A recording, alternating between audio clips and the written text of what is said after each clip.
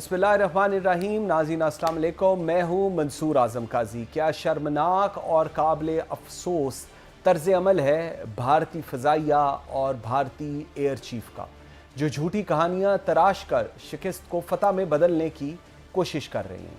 हकीकत यह है कि भारत की फ़ज़ाइया शदीद नुकसान उठा चुकी है।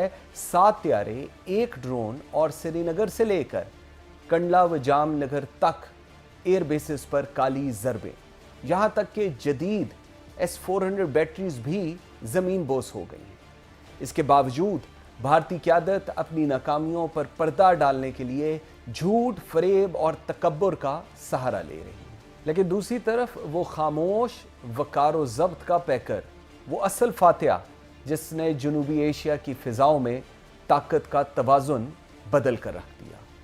पाकिस्तान की बहादुर फ़ज़ाइया, ना किसी दावे की ज़रूरत, ना किसी भड़क का सहारा, सिर्फ कारकर्दगी, जुर्रत और पेशावराना महारत। और आज जब खित्ता एक बार फिर तनाव के दहाने पर खड़ा है, भारत दाखिली सियासी नाकामियों और इंतखाबी दबाव से निकलने के लिए जंगी जुनून को हवा दे रहा है। तो फील्ड मार्शल आसिम मुनीर की ज़ेर सदारत कोर कमांडर कॉन्फ्रेंस ने वाज़िया पैगाम दिया है पूरी दुनिया को कि पाकिस्तान अपनी खुद मुख्तारी पर कोई समझौता नहीं करेगा। दुश्मन के अज़ाइम को खाक में मिलाने के लिए अफवाज पाकिस्तान मुकम्मल तौर पर तैयार है। तो अब सवाल ये है कि क्या भारत वाकई किसी नई मुहिम जोई की तैयारी कर रहा है, और अगर ऐसा है तो पाकिस्तान की फ़ज़ाई ताकत का रद्द अमल कितना तेज़, कितना जामे और कितना तबाहकुन हो सकता है। इस तमाम तर सूरत-ए-हाल पर बात करने के लिए मुझे ज्वाइन किया है एयर मार्शल आसिम सुलेमान साहब ने। आसिम साहब, बहुत शुक्रिया आपके टाइम देने का। फरमाइएगा, क्या भारत अपने रियासती इंतखाबात से पहले अवाम की तवज्जो असल मुआशी सियासी बहरान से हटाने के लिए सरहदी तनाव और जंगी बयानात को हथियार के तौर पर इस्तेमाल कर रहा है? अस्सलाम वालेकुम जी, and thank you very much for having me on your program. जी, आपका बिल्कुल एक बहुत अच्छा इंट्रोडक्शन था, और आपने सारे जो है ना दरिया को कूजे में बंद कर दिया। पहली तो चीज़ ये है जी कि ये हमेशा से इंडिया के अंदर जो है ना एंटी पाकिस्तान का चूरन बिकता है। जो पाकिस्तान को लान तान करेगा उसकी जो है वाह वाह होती है, और ये एक क्रेडिबिलिटी भी होती है उन लोगों के लिए। और स्पेशली जब आपके पास एक रेडिकल किस्म की गवर्नमेंट हो जो कि हिंदुत्व का जो है वो उसको एजेंडे को लेके आगे चल रही है, और आप हार्ड लाइन ले रहे हैं अपने रिलीजियस ईथोस के पीछे, तो फिर आप जो है इसी किस्म की ही बातें करेंगे जिस तरह की बातें हमें सुनने को मिल रही हैं।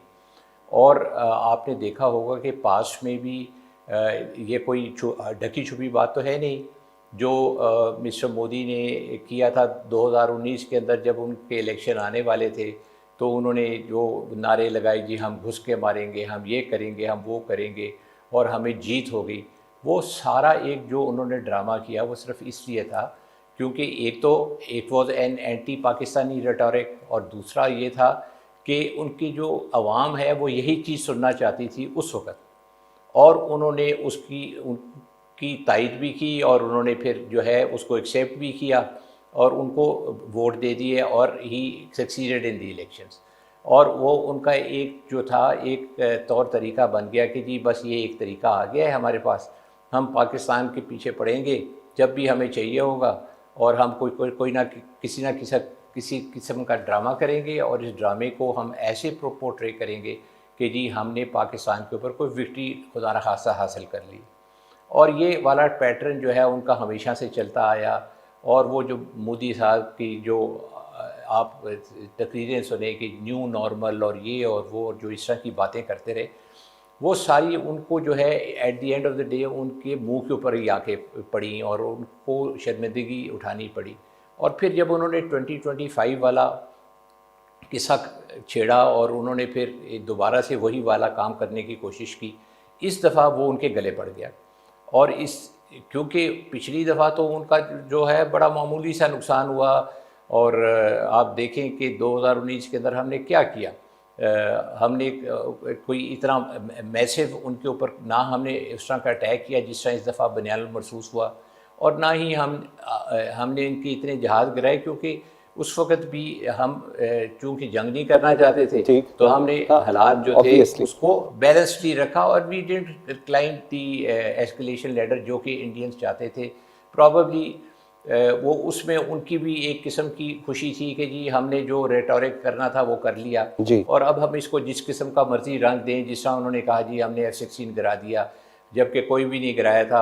उन्होंने वो अभिनंदन साहब को जो है मेडल भी दे दिया, उनको प्रमोट भी कर दिया। True true. बट ये सब सारी चीज़ें झूठ थी। सही। लेकिन अच्छा, और उस वक़्त के जो एक और भी पैटर्न मैं आपको बताता हूँ जी, कि उस वक़्त जो उनके चीफ थे, उन्होंने ये एक गलत क्लेम किया कि जी हमने जो है F-16 गिरा दिया। ये जो न्यू नॉर्मल की बातें करते हैं मोदी साहब, एक्चुअली तो ये उनसे उनके जो सर्विस चीफ्स थे और आर्म फोर्सेस ने भी ये टर्मिनोलॉजी सीख ली, न्यू नॉर्मल वाली, और उन्होंने जो है एक गलत जहाज क्लेम कर लिया। जब इन्होंने गलत जहाज क्लेम किया, तो ये एक झूठ बोलने का वहाँ पे न्यू नॉर्मल सेट कर दिया उन्होंने आर्म फोर्सेस के अंदर, जो कि नॉर्मली आर्म फोर्सेस के अंदर ऐसी चीज नहीं होती। बिल्कुल सही। और ये they are not politicised and they don't lie, और हर एक को पता होता है कि ये जो चीज है सबको मालूम है। लेकिन असद साहब, मुझे से एक चीज बताइएगा, जिस तरह अभी आप फरमा रहे हैं, एक न्यू नॉर्मल की बात की, नरेंद्र मोदी ने बात की, लेकिन coming such things from an Indian air chief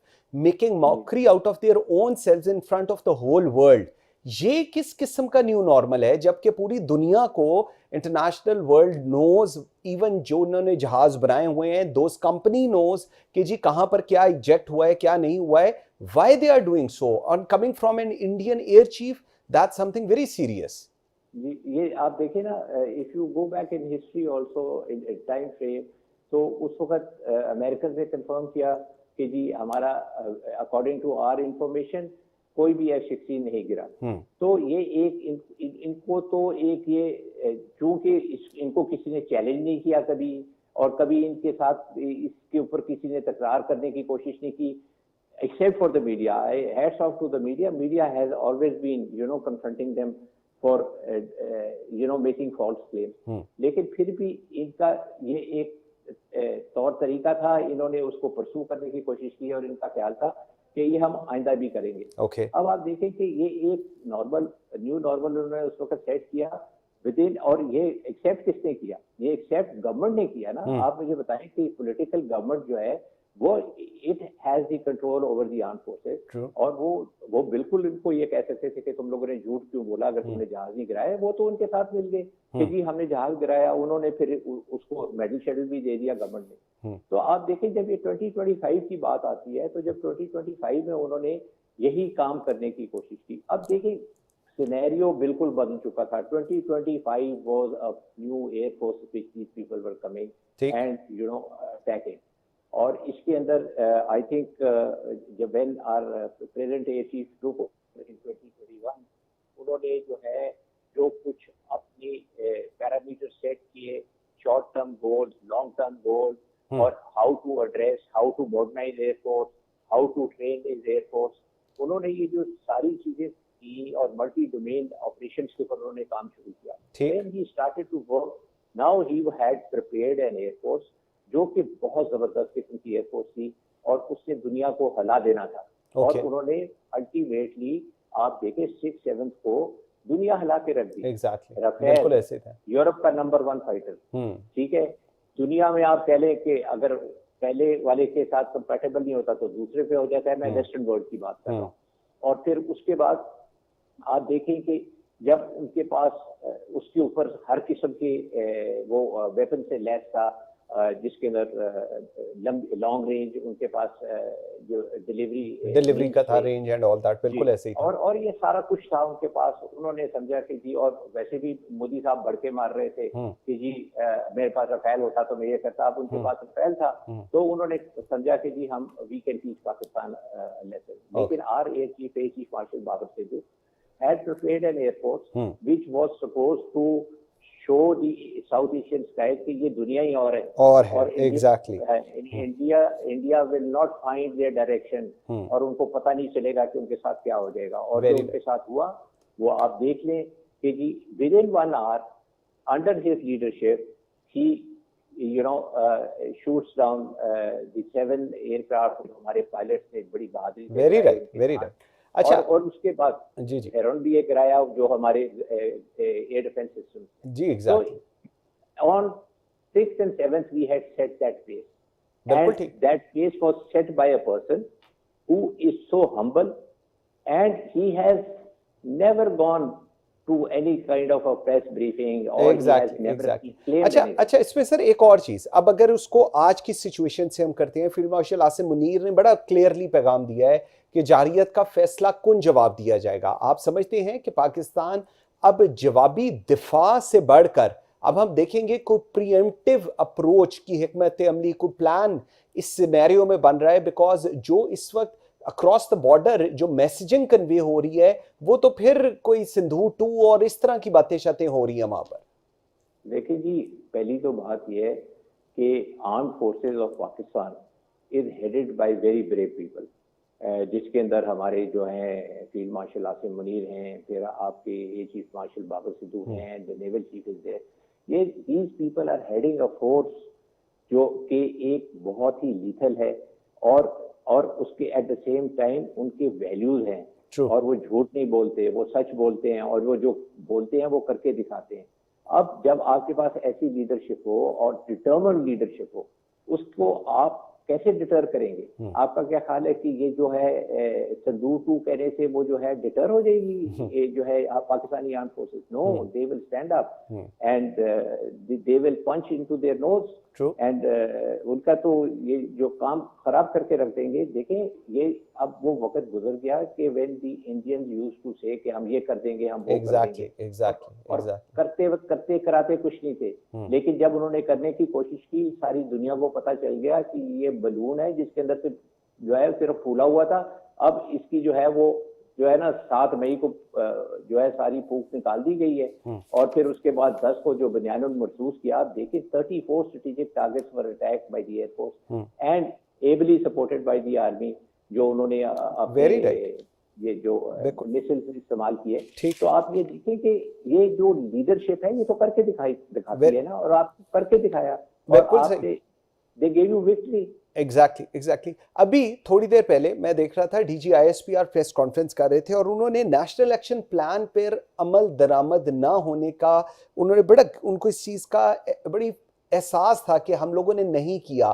kinetic portion के ऊपर उन्होंने प्रिसाइसली कहा कि हम लोगों ने एक्शन किया, लेकिन नॉन काइनेटिक के ऊपर उन्होंने कहा कि जो हुकूमतों की जिम्मेदारी थी और precisely with respect to Khyber Pakhtunkhwa वो नहीं हुई, जिसकी वजह से ये जो पूरे हम देख रहे हैं पिछले 2-3 रोज से हमारे ऑफिसर्स, हमारे जवान शहीद हो रहे हैं। ये पूरा सिनेरियो उन्होंने हमें बताया। इसको आप कैसे एनालाइज कर रहे हैं?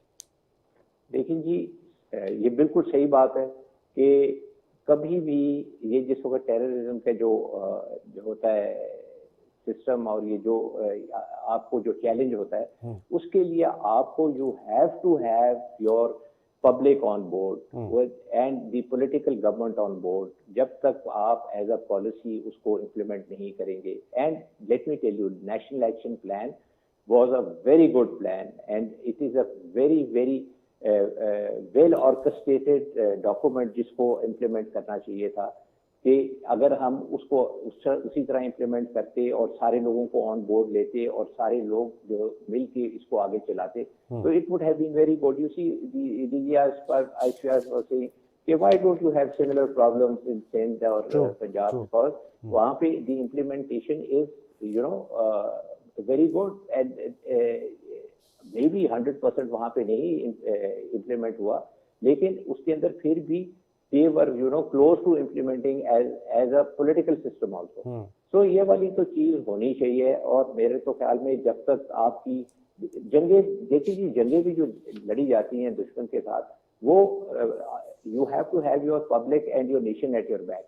और terrorism is even more sensitive because you only have to have your people on board and they understand कि जी आपके दोस्त कौन है और दुश्मन कौन से हैं। And our main issue is कि अगर हम उन लोगों को सपोर्ट करें जो कि यहाँ पे आके टेरर फैलाते हैं, exactly, तो हाँ। और जो उनको यहाँ पे जो है सपोर्ट करते हैं, यहाँ पे they are holding them, and then supporting them over here, तो फिर they are equally to be responsible for that. तो ये वाला एक चैलेंज है और ये चैलेंज जो है ये पॉलिटिकली ही रिजॉल्व हो सकता है और मेरा ख्याल है कि इसके ऊपर जो हमारी मिलिट्री लीडरशिप है, पॉलिटिकल लीडरशिप है, उसको काम करना होगा और मेरा तो ख्याल है कि जो डिटर्मिनेशन हमारी आर्म फोर्सेस दिखा रही हैं और जिस तरह के आपने कहा कि जी military leadership is totally devoted and determined to eradicate this menace, तो ये इंशाल्लाह ताला होके रहेगा। वेरी इसके राइट, अंदर तो हमें कुछ शक नहीं होना। Very right. लास्ट मुझे जरा बताइएगा, एक और चीज उन्होंने कहा है कि ये खैबर पख्तूनख्वा में जो कुछ हो रहा है ये एक सोची समझी मंसूबाबंदी है और गवर्नर्स को जानबूझ के कमजोर किया जा रहा है और एक एलिमेंट लाया जा रहा है। हर दफा जब भी ऑपरेशन होता है तो कहा जाता है इनसे बातचीत करनी चाहिए। उन्होंने कहा कि अगर बातचीत करनी होती तो उन्होंने मे की एग्जांपल दी कि जब हिंदुस्तान ने हमारे ऊपर अटैक किया था तो हमने अगले दिन उठ के ये क्यों नहीं कहा कि इनसे भी बातचीत करते हैं। तो हर चीज का जो रिजल्ट है वो बातचीत नहीं होती। इसको आप किस पैराए में अब देखेंगे? देखिए जी, in the past also attempts होती रही कि जी we should sit on the table and resolve the issue और उसके अंदर ये होता था जी कि अभी इतना टाइम दे दें और ये वाली चीज हो जाएगी, उसके बाद आप अभी हम इसके ऊपर थोड़ा सा फैसला करते हैं and we will get back to you. तो टू एंड फ्रो चीजें चलती रही और उसके ऊपर कभी जो है ना प्रैक्टिकली अमल दरामद नहीं किया गया और उससे होता यह रहा कि दी मिसक्रिएंट और ये टेररिस्ट जो थे दे वर बाइंग टाइम और उस टाइम को वो बाय करते थे और अपना वो काम जारी रखते थे। तो ये एक बहुत बड़ा फ्लॉ था जिसकी वजह से हम लोग जो है इसको फेस आज उसका जो है खमियाजा भुगत रहे हैं और उसको फेस कर रहे हैं। बिल्कुल ठीक है, बिल्कुल ठीक है। Air marshal Asim Suleman, thank you very much ji, very grateful for your time. नाज़रीन, एक ब्रेक लेते हैं जी, ब्रेक से वापस आएंगे तो इमरान इस्माइल साबिक गवर्नर सिंध हमारे साथ होंगे एक ब्रेक के बाद।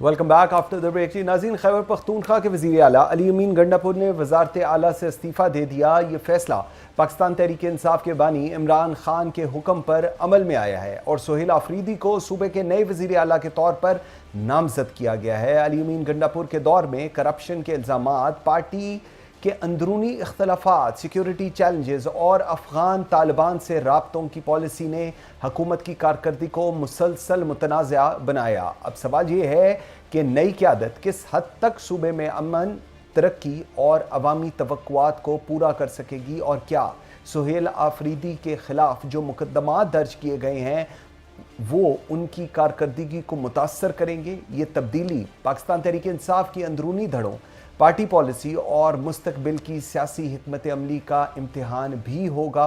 अवाम की नज़रें अब नई क़यादत और पार्टी की सिमत पर जमी हुई हैं। इस तमाम तर सूरत हाल पर बात करने के लिए मुझे ज्वाइन किया है इमरान इस्माइल, फॉर्मर गवर्नर सिंध ने। बहुत शुक्रिया इमरान साहब आपके टाइम देने का। फरमाइएगा, इमरान खान के हुक्म पर अली अमीन गंडापुर ने इस्तीफ़ा दिया, क्या आप समझते हैं कि ये फैसला वाकई पार्टी के मफाद में था या पाकिस्तान तहरीक इंसाफ की अंदरूनी धड़ों में जो एक जंग चल रही है ये उसका नतीजा है? देखें मंसूर, बड़े अरसे से खान साहब की तरफ से डिस्ट्रस्ट की सिग्नल्स आ रहे हैं अली अमीन गंडापुर के लिए और अली अमीन गंडापुर ने भी कोई जंग बाकी तो छोड़ी नहीं लड़ने के लिए। जो विद इन पार्टी की बात कर रहा हूँ कि उन्होंने हर एक से तो उनकी लड़ाई है। फाइनली वो खान साहब की बहनों से भी लड़ गए हैं और आम ख्याल ये किया जा रहा है कि शायद अलीमा खातून के ऊपर जो उन्होंने एलिगेशन लगाए हैं उसके ऊपर खान साहब नाराज होकर अली गंडापुर को फारिग करने का उन्होंने फैसला किया। जबकि मैं समझता हूँ कि ये काफ़ी अरसे से चीज़ चल रही थी और ये कतन अलीमा खान वर्सेस अली अमीन गंडापुर नहीं है, क्योंकि खान साहब ने कभी भी जो है ना वो अलीमा खान को वेलकम नहीं किया सियासत में, पार्टी के अंदर किसी मामला में मुदाखलत के लिए। तो मैं नहीं समझता कि वो इतना इंतहाई स्टेप इसके लिए लिया होगा उन्होंने। ओके, सोहेल आफरीदी जी अली अमीन गंडापुर से तवक्कुआत थी कि वो जब वज़ीर आला बनेंगे तो वो पूरी फोर्स लेकर जो है वो एक तहरीक चलाएंगे पार्टी के लिए, पार्टी की क़यादत करेंगे, इमरान खान की रिहाई के लिए कोशिश करेंगे, जो कि अली अमीन गंडापुर नहीं कर पाए। काफ़ी अरसे से इमरान खान की तरफ से सिग्नल्स आ रहे थे कि वो डिस्कम्फर्ट शो कर रहे थे, अली अमीन गंडापुर को वार्निंग्स भी दे रहे थे। सो आई थिंक ये उसके साथ साथ चल रहा था सारा वक्त। बिल्कुल ठीक, बिल्कुल ठीक। सुहेल आफरीदी के बारे में ये कहा जा रहा है कि उनके खिलाफ मुकदमात ज़ेर समाअत हैं। क्या एक ऐसे शख्स जिसके ऊपर केसेस चल रहे हों खैबर पख्तूनख्वा का वज़ीर आला बनने के लिए मौजू हैं, और क्या ये निज़ाम सबसे इम्पोर्टेंट उनको वज़ीर आला बनने देगा? लेकिन इस मुल्क में तो जो वजीर आजम है उसके ऊपर केसेस हैं, जो सदर पाकिस्तान है उनके ऊपर केसेस हैं। केसेस का तो कोई फर्क नहीं पड़ता। पाकिस्तान में शायद ही कोई सियासी आदमी ऐसा हो जिसके ऊपर केसेस ना हो। हाँ, तो I don't think it makes any difference. लेकिन इस वक्त आज के जो हालात हैं केपीके के, इसमें मैं ये समझ रहा हूँ कि इस हुकूमत की तब्दीली शायद मुमकिन ना हो पाए आज के हालात को देखते हुए। जी, कल की बात और थी, आज की बात और।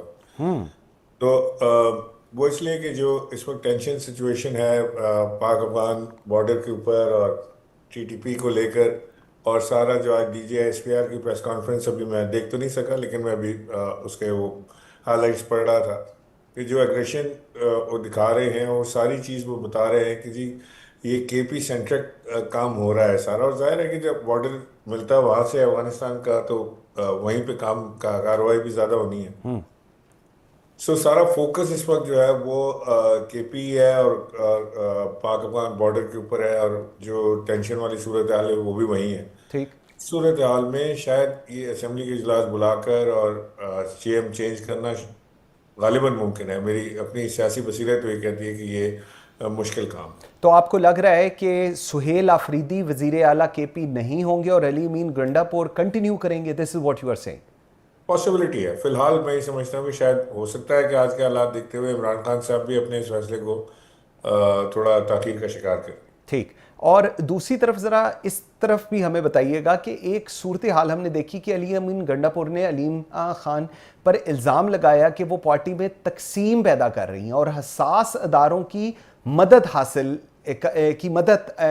रही है उनको, जबकि पाकिस्तान तहरीक इंसाफ का अली अमीन गंडापुर पर भी प्रो इस्टेब्लिशमेंट होने का संगीन इल्ज़ाम है। आप इस तनाज़े को किस नज़र से देख रहे हैं, क्योंकि दोनों एक दूसरे को इस्टेब्लिशमेंट के साथ होने की इल्ज़ाम लगा रहे हैं?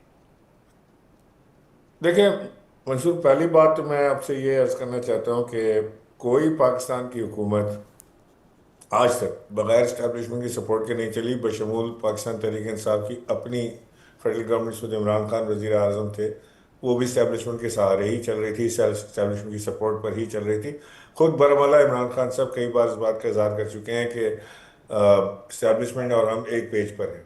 एक पेज पर होने बड़ा खुशाइन बात है कि अगर एक पेज पर हों, ज़रूरी तो नहीं कि एक दूसरे के सामने सफारा हो और एक जंगी कैफियत इख्तियार करें। और ये जंगी कैफियत में मामलात और हालात चलते नहीं हैं। अली अमीन गंडापुर की अपनी मजबूरी होगी, जो भी CM आएगा उसकी मजबूरी होगी कि इस्टेब्लिशमेंट के साथ बैठे, सिक्योरिटी के मामलात को उनके साथ देखे, वो जो बड़ी मीटिंग्स हैं उनमें उनके साथ बैठे, जो प्राइवेट मीटिंग्स हैं उनमें उनके साथ बातचीत करे। वो सारी चीज़ को वज़ीर आला ऐसा नहीं हो सकता कि वो कुट्टी करके बैठ जाए सारा कुछ। तो लिहाजा अली अमीन पे ये इल्ज़ाम लगाना कि वो इस्टेब्लिशमेंट का आदमी है, आई थिंक थोड़ी ज़्यादती है उसके साथ। ओके। लेकिन कोई भी हो, चाहे आप वज़ीर आला बन जाए या कोई और बन जाए, उसको इस्टेब्लिशमेंट के साथ खासतौर से KP ऑब्वियसली, अपने बिल्कुल ठीक है। मामलात को डिस्कस करना, उनके साथ प्लान करना, उनके साथ आगे चलना उसके लिए लाजमी है। हाँ, लेकिन ये बात अलहदा है कि इमरान खान का जो प्लान है या इमरान खान का जो एग्जीक्यूशन प्लान है पार्टी में कि जी वो रैली हो, पब्लिक को मोबिलाइज किया जाए, जलसा हो, जुलूस हो, इमरान खान के लिए कोई मूवमेंट क्रिएट की जाए, कि मोमेंटम गेन हो, अपोजिशन को प्रेशर में लाया जाए, वो सब करने में अली अमीन नाकाम रहे। ओके। और वो उस नाकामी की वजह से अली अमीन के ऊपर ये इल्ज़ाम बार बार लगते रहे कि वो शायद किसी के इशारे पे, इस्टेब्लिशमेंट के इशारे पे या किसी और के कहने पर ये काम वो नहीं कर रहे हैं। खान साहब ने एक तारीख दी कि जी हम 5 तारीख को हमारा फाइनल कॉल है। अली अमीन ने आके कहा कि जी 90 दिन हमारी फाइनल कॉल है। वो 90 दिन भी गुजर गए, 5 दफ़ा जो है वो फाइनल कॉल गुजर चुकी है और होता कुछ नहीं है। वेरी राइट, बिल्कुल ऐसे ही है। इनके लीडरशिप जो है वो सारी भागी हुई है। खुद वो मैसेज कर देते हैं कि जी डी चौक पे जो है वो अवाम जरूर पहुंचे, लीडरशिप नहीं पहुंचेगी इसलिए कि जंगी सूरत हाल है और जंगें जो तदाबीर से लड़ी जाती हैं, तदबीर ये है कि लीडरशिप ना है। तो लीडरशिप ना है। कौन सी लीडरशिप आई है? बिल्कुल। मेरे तो मुंह में अजीब अजीब अल्फाज आते हैं इनके लिए, जो मैं बड़ा रोक के बात करता हूँ आप लोगों के चैनल पे कि मैं मेरे मुंह से निकल ना जाए कोई बात। अच्छा, एक और भी जरा बताइएगा कि सीएम का जो रिजिग्नेशन है वो गवर्नर को क्यों नहीं पहुंच रहा? गवर्नर साहब ने 2-3 दफा कहा है कि जी मेरे पास रिजिग्नेशन नहीं आया। ये इसमें क्या है? को रिजिग्नेशन कहीं आगे पीछे हो रहा है या पहुंच नहीं पा रहा है, रास्ता ज्यादा है, क्या है मसला, क्या है? वो गवर्नर सीएम हाउस से गवर्नर हाउस के बीच में भी कोई आता होगा ना। हाँ, मेरे ख्याल में कोई ऐसी जगह आती है जहां से वो गुजर नहीं पा रहा है मेरे ख्याल में। यहाँ बैठ जाता बंदा, चाय शाय पीने बैठ जाता होगा। बिल्कुल ऐसी। अच्छा, डीजी आईएसपीआर ने अभी उनकी प्रेस कॉन्फ्रेंस जब हो रही थी तो उन्होंने कहा कि जी खैबर पख्तूनख्वा में सोची समझी मंसूबा बंदी के तहत दहशतगर्दों और उनके सहूलतकारों को जगह दी गई है और गवर्नर्स को जानबूझकर कमजोर किया गया है। इस पे आपका क्या तज्जिया है? What is this? अच्छा देखिए, बड़ा सेंसिटिव मामला है। इसमें बिल्कुल क्लियर है इमरान खान की स्टैंस और एस्टेब्लिशमेंट की स्टैंस में एक बहुत बड़ा फर्क है। इमरान खान का स्टैंस ये है कि वो तालिबान के साथ और दीगर लोगों के साथ बैठकर बातचीत की जाए, बातचीत के जरिए मसाइल का हल निकाला जाए। ओके। जबकि एस्टेब्लिशमेंट का कहना यह है कि ये खवारिज हैं और इनसे बातचीत नहीं हो सकती, ये कभी भी राय रास्त पर नहीं आएंगे, पाकिस्तान में अमन के ख्वाहान नहीं है ये लोग, और लिहाजा हमें आईनी हाथों के साथ फुल फोर्स के साथ इनसे निपटना पड़ेगा। ठीक। अभी दो डिफरेंट स्ट्रेटजीज हैं, इनमें से कोई भी मुल्क दुश्मनी नहीं कर रहा। नंबर वन तो पहले ये समझ लेना कि इमरान खान गद्दार है या वो इमरान खान कहें कि जी जो एस्टेब्लिशमेंट वाले जो हैं वो अमेरिकन पिट्ठू बन गए, वो गद्दारी कर रहे हैं। नो, दोनों मुल्क के मफाद में चीज़ सोच रहे हैं। दोनों का सोच का राविया और सोचने का अंदाज जुदा हो सकता है, but I mostly agree with the establishment stand कि ये हम एक अरसे से इनको मौका देते चले आ रहे हैं, इनको हमने रास्ता दिया है, इनको सेटल किया, सारा कुछ किया, लेकिन पाकिस्तान का अमन जो है वो बर्बाद हो रहा ट्रू। है। सो ये पाकिस्तान का दाखिली मामला है कि हम क्या चाहते हैं। हम चाहते हैं कि जी पाकिस्तान में जो लोग महाजरीन जो आए थे जंग के दौरान, उनको हमने सपोर्ट किया, उनको हमने अपने खून पसीने की कमाई के साथ रखा, इज्जत दी, जगह दी। अब जहाँ क्योंकि जंग ख़त्म हो गई, लिहाजा इन लोगों को वापस चले जाना चाहिए, अपने वतन जाएं, अपनी जाके जो भी कारोबार या नौकरी करनी हो वहाँ पे वो करें। पाकिस्तान की सरजमीन से अब वो उनको वापस जाना चाहिए। ज़ाहिर है एक टेन्योर होगा ना उसका, कोई सारी ज़िंदगी तो नहीं हो सकता। 3 जनरेशन गुजर गई यहाँ पे। अब जो 3 जनरेशन गुजर गई उसमें वो अपने आप को पाकिस्तानी समझने लगे हैं। Exactly true. उनका यहाँ पे खानदान बन गए, उन्होंने पाकिस्तानी औरतों से शादी कर लिया, या औरतों ने पाकिस्तानी यानी अफगान औरतों ने पाकिस्तान में लोगों से शादी कर ली है। और थर्ड जनरेशन है उनकी अब यहाँ पर। लेकिन ये काम भी हम कर सकते थे और हमने कोशिश भी की करने की, लेकिन इसमें कोई खातिर खा कामयाबी हासिल नहीं हुई। अब जहाँ बात पहुँच गई है, बातचीत से आगे निकल गई है। कल रात जो कुछ हुआ, ऑपरेशन हुआ, और आज भी जो सारा दिन हुआ है आंख में चोली खेलने का, मैं समझ रहा हूँ कि पाकिस्तान इस वक्त एक फैसला कौन मरहले पे पहुँच गया है, और यहाँ पर हमें जो दहशतगर्द हैं उनको सरेंडर करने के अलावा और कोई ऑप्शन हमारे पास मौजूद नहीं है। बिल्कुल ठीक है। अच्छा, अगर मैं दोबारा उसी बात के ऊपर आऊँ, आपको क्या लग रहा है कि इस तब्दीली के बाद जो केपी के अंदर हम देख रहे हैं, पाकिस्तान तहरीक इंसाफ का सियासी मंजरनामे में सबसे बड़ा फ़ायदा और सबसे बड़ा नुकसान क्या होने जा रहा है इस पूरे सिनेरियो के अंदर पाकिस्तान तहरीक इंसाफ में? देखें, मेरा ये ख्याल है, आई मे बी एंटायरली रॉन्ग, मेरा ये ख्याल है कि इमरान खान हैज़ रियलाइज्ड कि केपी गवर्नमेंट से उनको कोई फ़ायदा नहीं हो रहा। ओके।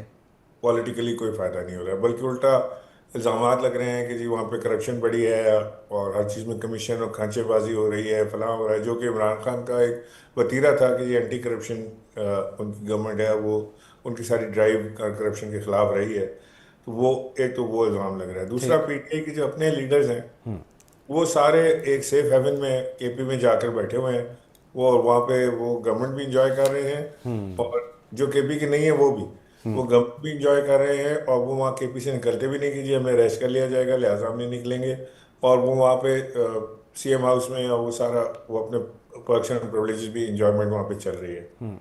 सो बिलफर्ज माहौल अगर इमरान खान का ये मंसूबा टू चेंज अली अमीन गंडापुर और एंड ब्रिंग इन अफरीदी नाकाम हो जाता है, किसी सूरत आप समझ लें कि कोई रिवोल्ट हो जाता है, फॉरवर्ड ब्लॉक बन जाता है, या वो आज़ाद उम्मीदवार जो है वो अपोजिशन के साथ जाकर जो बैठ फॉरेन जाते इलेक्शन कमीशन ने भी कह दी हैं जी। हैं। हाँ जी, वो इलेक्शन कमीशन को भी फुर्ती उसी वक्त आती है जी, फौरी तौर पे।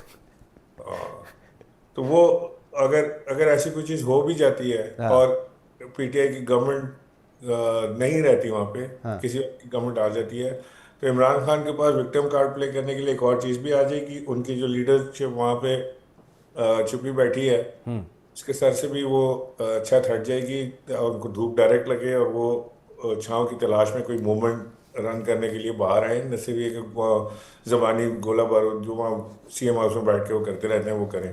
Very so right. I think it's a good move, good political move from Imran Khan, but ये हो पाएगा या नहीं हो पाएगा और इसका अंजाम क्या होगा, that's coming, we will see in the coming days. बिल्कुल ठीक। इमरान इस्माइल साहब, former governor Sindh, thank you very much, बहुत शुक्रिया आपके टाइम देने का। नाज़रीन एक ब्रेक लेते हैं जी, मेरे साथ रहिएगा।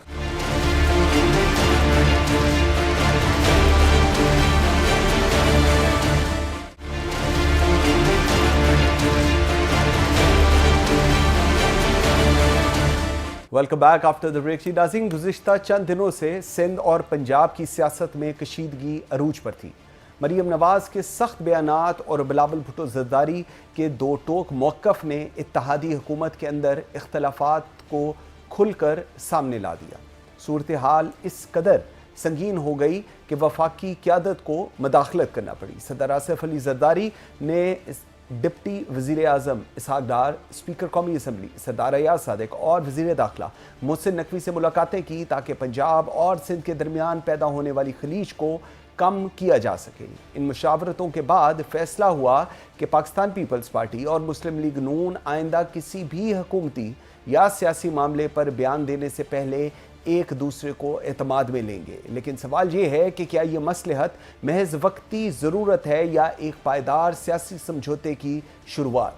क्या ये सुलह बयानात से आगे बढ़कर सियासी रवैये में हकीकी तब्दीली लाएगी? इस तमाम तर सूरत हाल पर बात करने के लिए मुझे ज्वाइन किया है अली मूसा गिलानी ने, पार्लिमानी लीडर, पंजाब असम्बली, पाकिस्तान पीपल्स पार्टी के रहनुमा। बहुत शुक्रिया अली गिलानी साहब आपके टाइम देने का।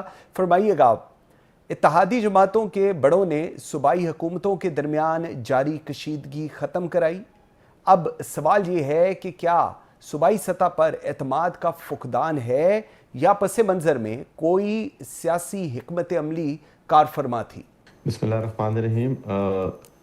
देखें, हम पाकिस्तान पीपल्स पार्टी मुस्लिम लीग नवाज़ की गवर्नमेंट में सपोर्ट की है।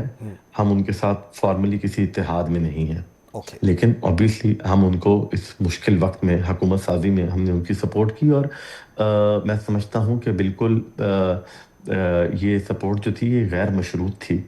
उसमें अगर आप ये मुझे कहें कि चेयरमैन सेनेट और प्रेसिडेंट आपका है, डिप्टी स्पीकर आपका है, तो डिप्टी स्पीकर जो है ये एक आईनी होते हैं। इनकी जो गवर्नमेंट फंक्शनिंग के अंदर इनके पास 18वीं तरमीम के बाद कोई इतना इख्तियार नहीं है प्रेसिडेंट के पास भी, पर ये कॉन्स्टिट्यूशनल होते हैं। और ऑब्वियसली सेनेट के अंदर सबसे बड़ी जमात पाकिस्तान पीपल्स पार्टी है, तो उसका राइट भी चेयरमैन सेनेट का उनके पास है।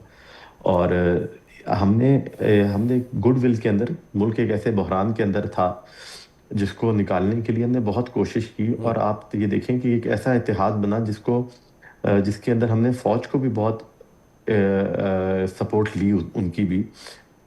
गवर्नमेंट फॉर्म होने के बाद हमने उनको भी फ्रंट लाइन पे लाया, क्योंकि हम एक सिक्योरिटी स्टेट बनते जा रहे थे। हमारे रोज़ धमाके होते हैं आए दिन। हमने इंटरनेशनल सतह पे हमारा इमेज ख़त्म हो चुका था और हमने उसको एक इकट्ठा इमेज बनाया। हमने और ख़ास तौर पर जो इंडिया के साथ हमारी कशीदगी और जो जंग हुई उसके अंदर जो हमारा फ़ौज का और कौम का एक्शन था, उसके बाद पाकिस्तान का ग्राफ बहुत ऊपर गया और पूरी दुनिया ने उसको सराहा। और उसके नतीजे के अंदर आप देखें, सऊदी डिफेंस पैक्ट हुआ, अमेरिका हमारी तरफ बहुत ज़्यादा इंक्लाइंड हो चुका है, चाइना के साथ हमारी इंगेजमेंट तो हमेशा की तरह रही है, खलीजी ममालिक हमारी तरफ बहुत चाहत भरी नज़रों से देख रहे हैं। तो ये सब एक हमने क्रिएट कर दिया। उसके बाद अगर आप देखें कि इंटरनल छोटी छोटी चीज़ों के ऊपर फाइट्स हो रही हों, फतूल बयानबाजियाँ हो रही हों, अगर एक ने अगर कोई, मैं मान लेता हूँ कि अगर चलो सिंध की तरफ से या चेयरमैन साहब ने BISP का प्लान दिया, जो कि उन्होंने वफाकी हुकूमत को उसका मशवरा दिया था, तो मरीम साहबा पंजाब जैसे कहता है कि मैं बड़ा भाई हूँ, तो पंजाब बड़ा भाई होने का सबूत देता और चुप कर लेकिन जाता, अली वो मुझे ना जरा एक इग्नोर चीज कर देता। बताइएगा, इसमें आपके नजदीक क्या बुरी बात की क्या थी बिलावल ने? अगर एक मशवरा दिया था और वो मशवरा बिल्कुल कोई ठीक बुरी था, बात- उसमें ये गलत आहिस्ता- चीज क्या थी आहिस्ता- जिसपे इतनी ये- इग्नाइट हो गई सिचुएशन?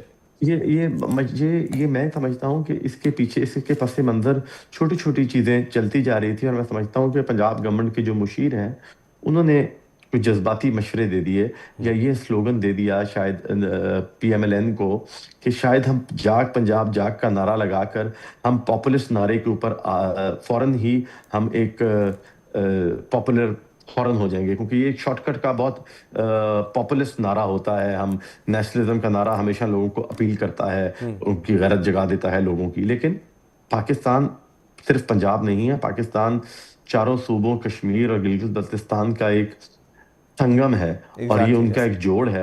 ये वफाक जो है ये एक फेडरेशन है।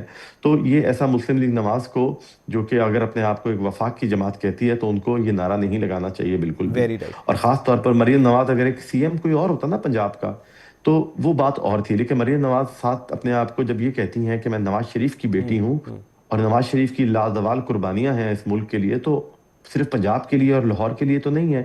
अगर वो अपने आप को कहे मैं नवाज शरीफ की बेटी हूँ, मैं माफ़ी नहीं मांगूंगी, पंजाब की तरफ उंगली कोई उठाएगा तो हम काट देंगे। कौन उंगली उठा रहा है पंजाब की तरफ? कोई उंगली नहीं उठा रहा। पंजाब के वो रजी दादा जो था उसने उंगलियां उठाई हैं, उसने सिंध की तरफ उंगलियां उठाई हैं, बंदर का एक्टिंग करके दिखाई है, उन्होंने तजलील की है। और उसकी हमने तो नहीं किया, किसी सिंधी ने तो किसी पंजाबी को कुछ नहीं कहा। बिल्कुल ऐसे। मैं सराइकी हूँ, मैं पंजाब का बासी हूँ, मैं तो कभी ये बात नहीं करता किसी और सूबे के बारे में।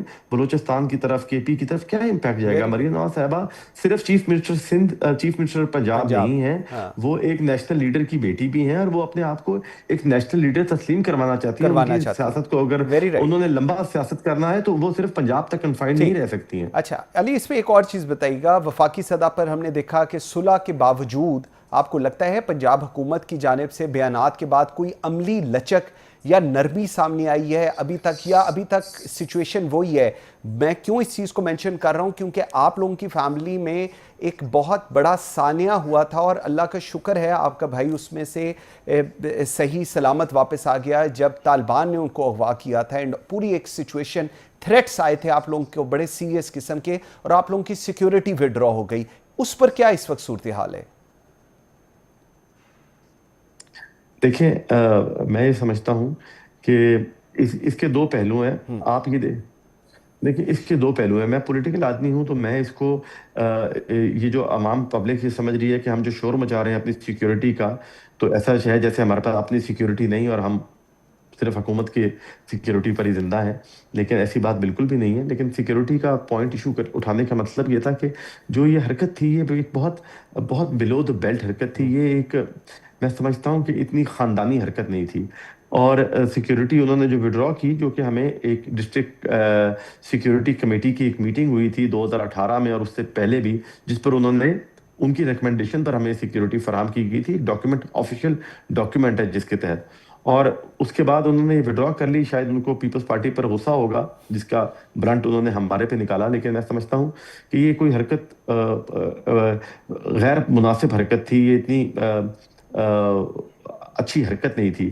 हमें उससे कोई फर्क नहीं पड़ा। जिन्होंने की है उनका कद छोटा हुआ है और उनको ये नहीं करनी चाहिए थी। हमारे बहुत अच्छे ताल्लुकात हैं। मैं समझता हूँ कि मियां मोहम्मद नवाज शरीफ साहब के लिए हमारा बहुत एहतराम है, मरीम नवाज साहिबा के लिए हमारा बहुत एहतराम है। पॉलिटिक्स के अंदर जब आप इलेक्शन के अंदर होते हो, आप 4 बातें कर सकते हो, लेकिन हीट ऑफ द मोमेंट में बातें हो जाती हैं। लेकिन कहीं ना कहीं हमें रिवायात को, इसी रिवायात के अगेंस्ट तो हम इकट्ठे हुए थे जो इमरान खान ने निकाली थी। लेकिन इमरान खान ने मेरे से सिक्योरिटी वापस नहीं ली। जब मैं उसके खिलाफ जलसे कर रहा था, सिक्योरिटी साथ थी, उसने मुझे जेल में डाल दिया। आप यकीन करें कि पुलिस मुझे उठा के लेके जा रही है और एक पुलिस वाला मेरे साथ खड़ा हुआ है, वो मेरे साथ चल रहा है। एक पुलिस वाला मुझे अरेस्ट कर रहा है, एक पुलिस वाला मेरी हिफाजत भी कर रहा है।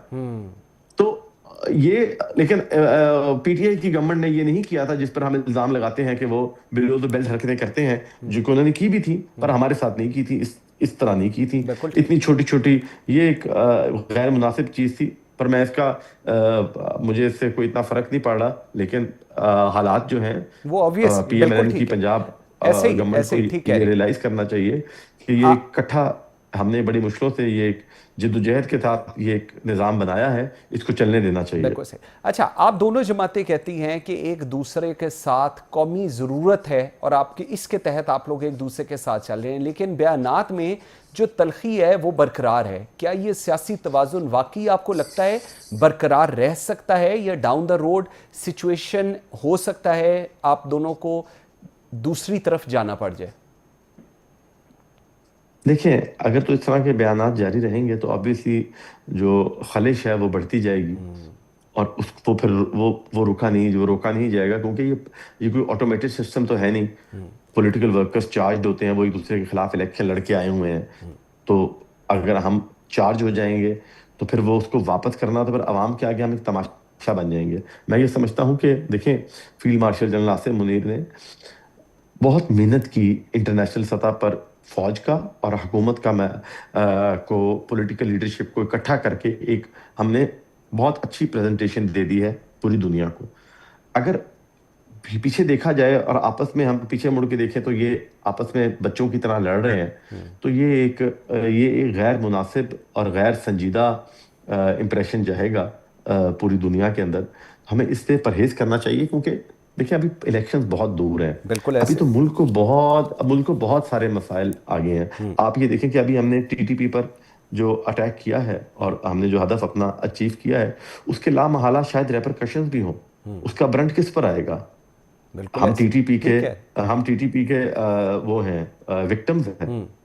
हम लोग विक्टिम है, पीपल्स पार्टी विक्टिम है, हमारी क़यादत विक्टिम है, मोहतरमा बेनज़ीर भुट्टो शहीद विक्टिम है, हम खुद विक्टिमाइज हुए हैं, हम बिल्कुल खुद ऐसे। अगवा हुए हैं, हमें रोज थ्रेट्स आते हैं। हमारे वो मैसेजेस पुलिस वालों को हम दिखाते हैं कि हमें ये मैसेजेस आ रहे हैं कि तुम्हें इससे उड़ा देंगे, तुम्हें ये कर देंगे, तुम्हें वो कर देंगे।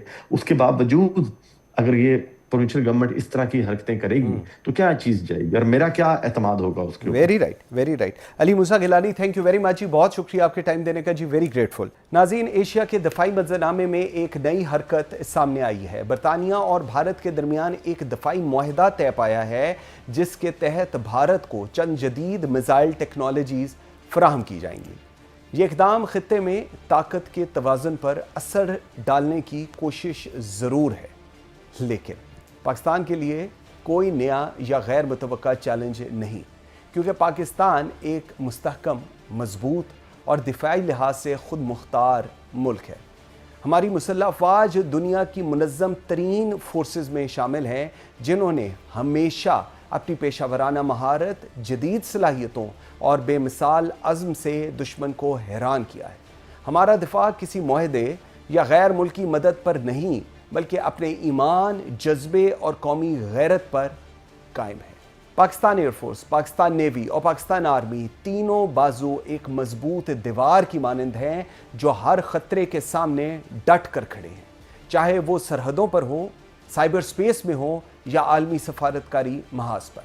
पाकिस्तान ने हमेशा ये साबित किया है कि दफाई ताकत का असल शरचश्मा हथियार नहीं, बल्कि हौसला, नज़्म ज़ब्त और कौम का इत्तेहाद होता है। दुनिया के नक्शे बदल सकते हैं, इत्तेहाद बनते और टूटते रहते हैं, मगर पाकिस्तान की मुसल्लह अफवाज इस खित्ते का यकीनी तवाज़ुन, हकीकी वक़ार और हकीकी ज़मानत है। यही वो क़ुव्वत है जो पाकिस्तान को नाकाबिले तस्खीर बनाती है, और यही पैगाम आज फिर वाज़ेह है। पाकिस्तान मजबूत है, तैयार है और हमेशा अपने वतन के दिफा के लिए सीना सपर है। इसके साथ ही मुझे मंसूर आज़म काजी को दीजिए इजाज़त। अल्लाह हाफ़िज़।